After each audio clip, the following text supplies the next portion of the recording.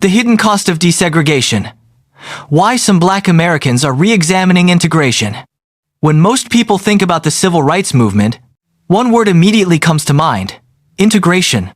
It is often presented as the ultimate victory, a long-awaited moment when America finally began to live up to its promise that all people are created equal.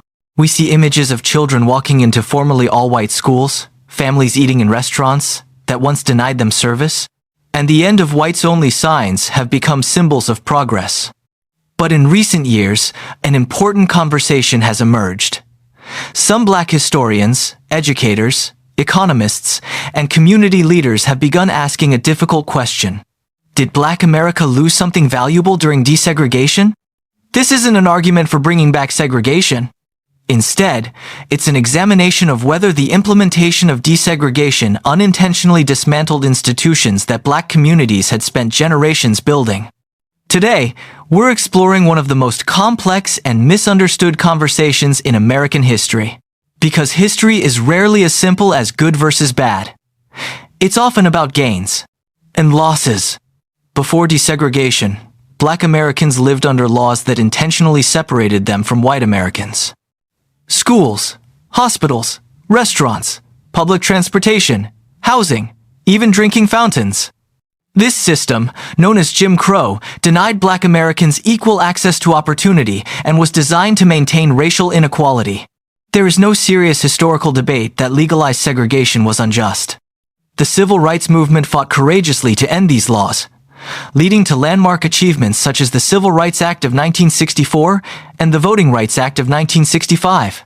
These victories opened doors that had been closed for generations. Black students gained access to schools that often had better facilities and more resources. Employment opportunities expanded. Universities became more accessible. Legal discrimination became unlawful. These achievements transformed millions of lives. But the story didn't end there. Long before integration, Black communities had built remarkable institutions despite enormous obstacles. Across the country were thriving Black neighborhoods filled with doctors, lawyers, teachers, entrepreneurs, newspapers, banks, churches, and schools. Communities like Tulsa's Greenwood District, often called Black Wall Street, became symbols of Black economic independence before being destroyed by racial violence. Other cities developed strong Black business districts where families owned grocery stores, insurance companies, pharmacies, beauty salons, restaurants, and professional offices. Because segregation limited where Black Americans could shop, work, and invest, many dollars circulated within Black neighborhoods. This created jobs, mentorship, and local leadership. These institutions were built out of necessity, but they also fostered resilience and pride. Perhaps nowhere was the impact of desegregation more debated than in education.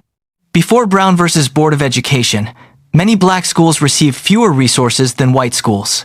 Yet despite unequal funding, countless Black educators created schools that emphasized academic excellence, discipline, and community. Black teachers often served not only as instructors, but also took pride in being mentors, role models, and respected leaders. When schools were integrated, many expected Black schools simply to receive equal funding. Instead, thousands of historically Black schools closed. Many Black principals lost their positions. Tens of thousands of Black teachers and administrators were dismissed or not rehired as districts consolidated schools.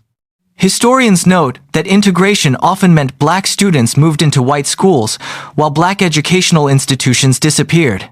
For many families, this represented not only educational change, but also the loss of community leadership. The economic impact is another topic receiving renewed attention.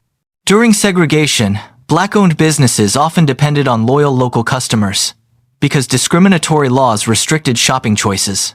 After desegregation, Black consumers gained access to businesses that had previously excluded them. This was an important civil rights victory. But some economists argue it also shifted consumer spending away from Black-owned businesses, making it harder for many to compete with larger, well-capitalized companies. The result was complex. Consumers gained freedom. Yet some local Black business districts experienced decline. This wasn't caused by desegregation alone.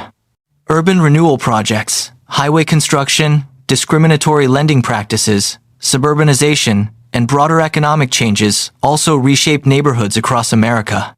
Understanding this history requires looking at all of these factors together rather than assigning a single cause. Housing also played a significant role. Even after segregation became illegal, discriminatory lending practices and unequal housing opportunities continued in many places. As some middle-class black families moved into previously white neighborhoods, certain historically black communities lost population, investment, and economic stability. Some scholars describe this as a form of brain drain, where professionals who had once lived, worked, and invested locally became more geographically dispersed. Others argue these moves represented long overdue freedom and opportunity. Both perspectives can be true at the same time. Another concern raised today involves cultural identity. Many older generations remember black schools, churches, fraternities, civic organizations, and businesses as places where leadership was intentionally cultivated. Children saw black principals, black physicians, black attorneys, black entrepreneurs. Success looked familiar because it lived in the neighborhood. Some believe that as these institutions weakened, younger generations lost important examples of community leadership. Others argue that today's opportunities allow black Americans to succeed across every profession while maintaining strong cultural identity. Again, the discussion isn't simple. It's also important to address a common misunderstanding. Questioning the outcomes of desegregation is not the same as supporting segregation. Most historians who study this issue agree that ending legalized segregation was both morally necessary and constitutionally correct. The debate focuses on implementation. Could America have integrated schools while preserving black educational leadership? Could equal funding have strengthened black schools instead of closing them? Could black-owned businesses have received greater support during economic transition? Could policymakers have protected community institutions while expanding equal opportunity? These are the questions many researchers continue exploring today. History reminds us that progress often comes with unexpected consequences. The civil rights movement achieved extraordinary victories that expanded freedom for millions. Those accomplishments deserve recognition. At the same time, understanding history means being willing to examine what may have been lost along the way. Recognizing those losses does not diminish the victories. Instead, it offers lessons for the future. Strong schools, thriving businesses, community leadership, economic investment, cultural pride. These goals remain just as important today as they were decades ago.